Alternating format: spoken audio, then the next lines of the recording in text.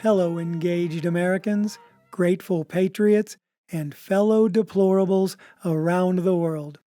Welcome to Straight Out of the Basket, where I take a common-sense look at a world increasingly absent of any sense whatsoever.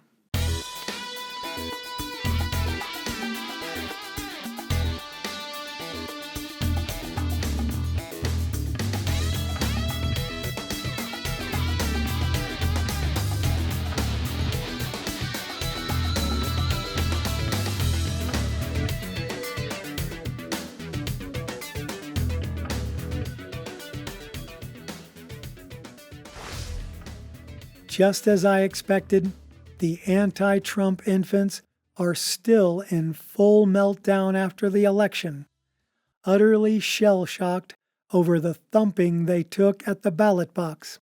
Rather than self-reflecting, they're pointing fingers, blaming others, and in complete free-fall over the trauma of a reawakened America. Were they humble enough, they'd be asking serious questions about themselves and the American voter, like how they got it so wrong, and why people rejected their efforts to be the arbiters of our social conscience. You know, I understand the disappointment. Believe me, I get it. But for God's sake, people, get it together. The sun is still going to rise tomorrow. Our republic is still intact.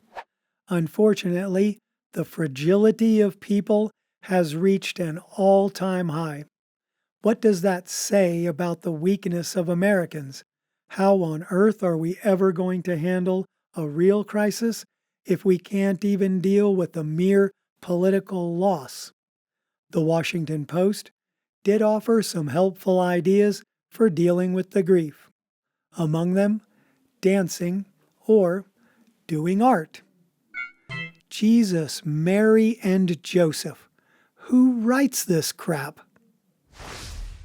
While we've seen one example after another of how unable people are to cope with what's taken place, nothing personifies the emotional weakness of the left more than Jimmy Kimmel's on-air breakdown.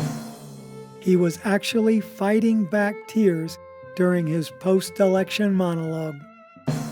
Wow. I mean, wow. Are you kidding me? Put on your big girl panties, Jimmy. Trust me, I was just as concerned about a dire future when Barack Obama got elected twice and when Joe Biden won 4 years ago. But I didn't fall apart or lose my shit over it. It was what it was. Just like this is what it is. Please, get a grip, dude. Are you a man or a mouse? Another emotional reaction came from former Bill Clinton advisor James Carville. For those of you unfamiliar with that unforgettable character, just imagine the banjo-playing boy from Deliverance all grown up. Poor Jamie was in a dark place after the election. Aw, cheer up, little buckaroo. I often wondered why he chose a career in politics instead of Hollywood horror films. No makeup required. But life is all about the choices we make, and I do see some similarities between Hollywood horror films and working for the Clintons, especially Hillary. Scary.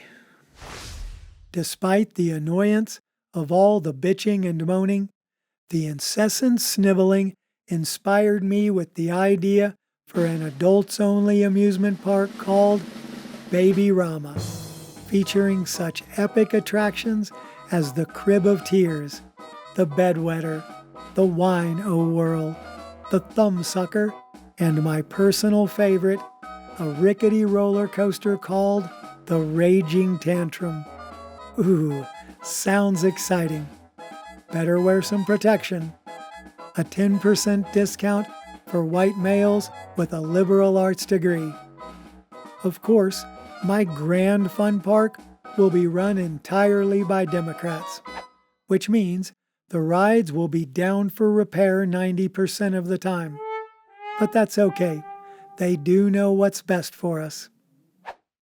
Look, I'm not a cold person, but it's hard to be sympathetic when it was you throwing stones, and now your glass house is in pieces. However, to show my caring nature, I'm offering this adorable Winnie the Pooh blankie for one lucky individual out there. Never let it be said that yours truly lacks compassion or empathy. I suspect it's going to be an interesting 4 years. Let's sit back and enjoy the parade.